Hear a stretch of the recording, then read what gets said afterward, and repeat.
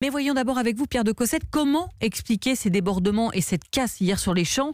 On s'interroge forcément ce soir sur la stratégie des forces de l'ordre.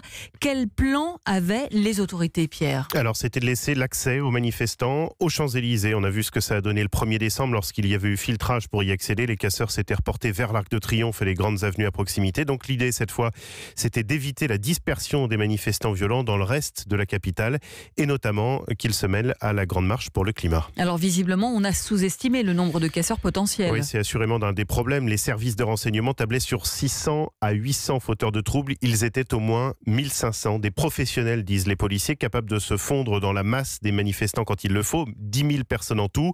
Sous-estimation du nombre de casseurs, donc, mais certains policiers nous le disent aussi, nombre de forces mobiles sans doute lui-même inadapté. Il y avait environ 5000 policiers et gendarmes hier à Paris, mais beaucoup concentrés sur le bouclage d'un grand périmètre autour de l'Élysée et de la place Beauvau.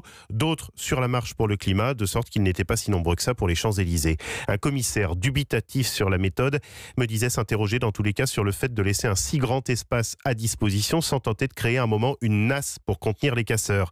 Le syndicat Alliance lui affirme que les munitions des lanceurs de balles de défense ont été changées avec une portée bien moindre, 7 mètres contre 40, moins de lanceurs aussi, bref, difficile de sécuriser les lieux. Quant aux interpellations en flagrant délit, ce n'est jamais simple face à des individus très déterminés qui, on l'a vu, sont prêts à se ruer sur un fourgon de gendarme mobile ou arracher le casque d'un policier frappé à terre en voulant mettre en fuite des pilleurs d'une joaillerie. Alors en décembre, il y avait eu des opérations préventives. Est-ce que ça a été le cas aussi cette fois-ci? Très difficile de le savoir, mais on se souvient que le 8 décembre, il y avait eu plus de 1000 interpellations en tout, donc beaucoup le matin, très tôt, aux portes de Paris, pour participation ou groupement en vue de commettre des violences.